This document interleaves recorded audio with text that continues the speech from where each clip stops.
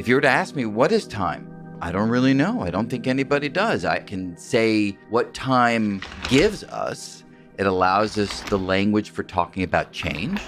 It allows us to envision the events of the universe being spread out in this temporal timeline, and in that way allows us to see the patterns that unfold within time, allows us the structure and the organization to think about things in that kind of a progression. But what actually is it? I don't really know. And Professor Greene here humbly acknowledges not knowing what time is, and goes on to say how strange that is, because we can measure it.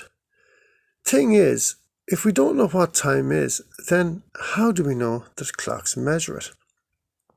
I suppose you could argue that clocks give a reading of the time in the same way a weighing scale gives a reading of the weight of something, and a weighing scale measures weight, so therefore a clock must measure time.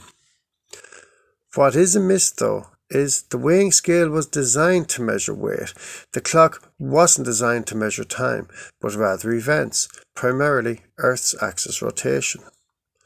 So, what happened that changed the nature of clocks from being a device for tracking and measuring the day to also tracking and measuring fourth dimension time?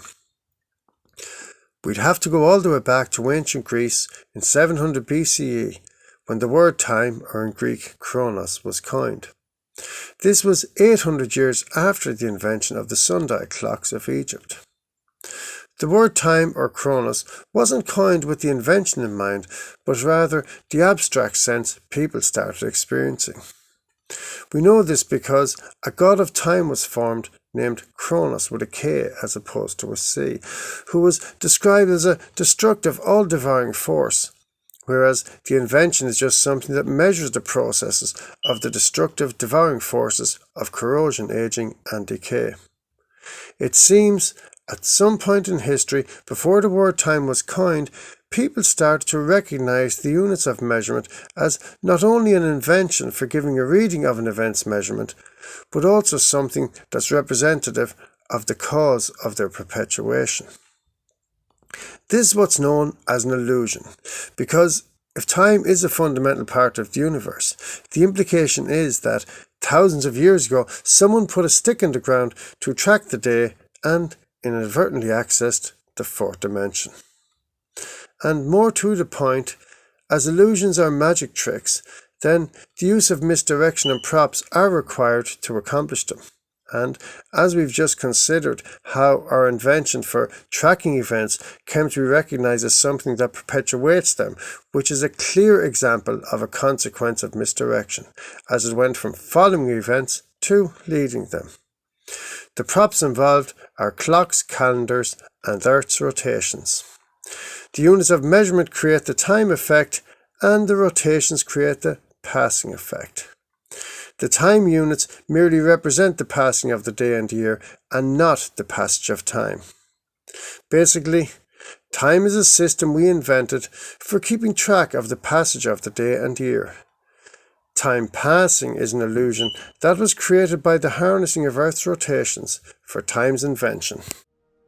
I do think that at the macroscopic level, there is a fundamental notion of causality that does emerge from a starting point that may not have causality built in. So I certainly would allow that at the deepest description of reality, when we finally have that on the table, we may not see causality directly at that fundamental level.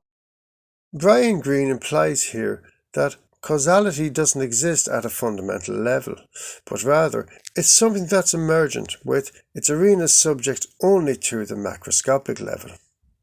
Is it really only at the macro level that causality exists?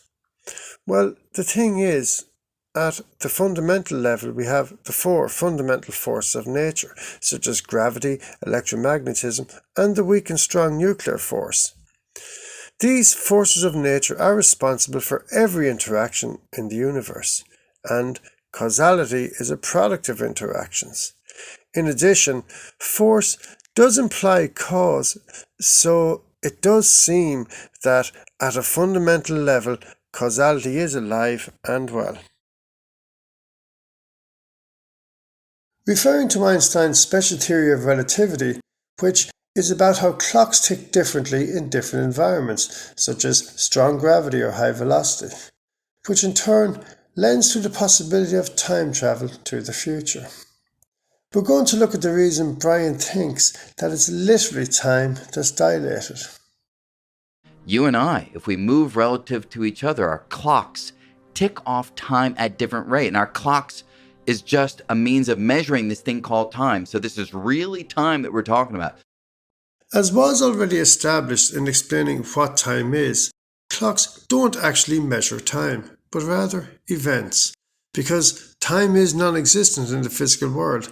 So it's just clock dilation.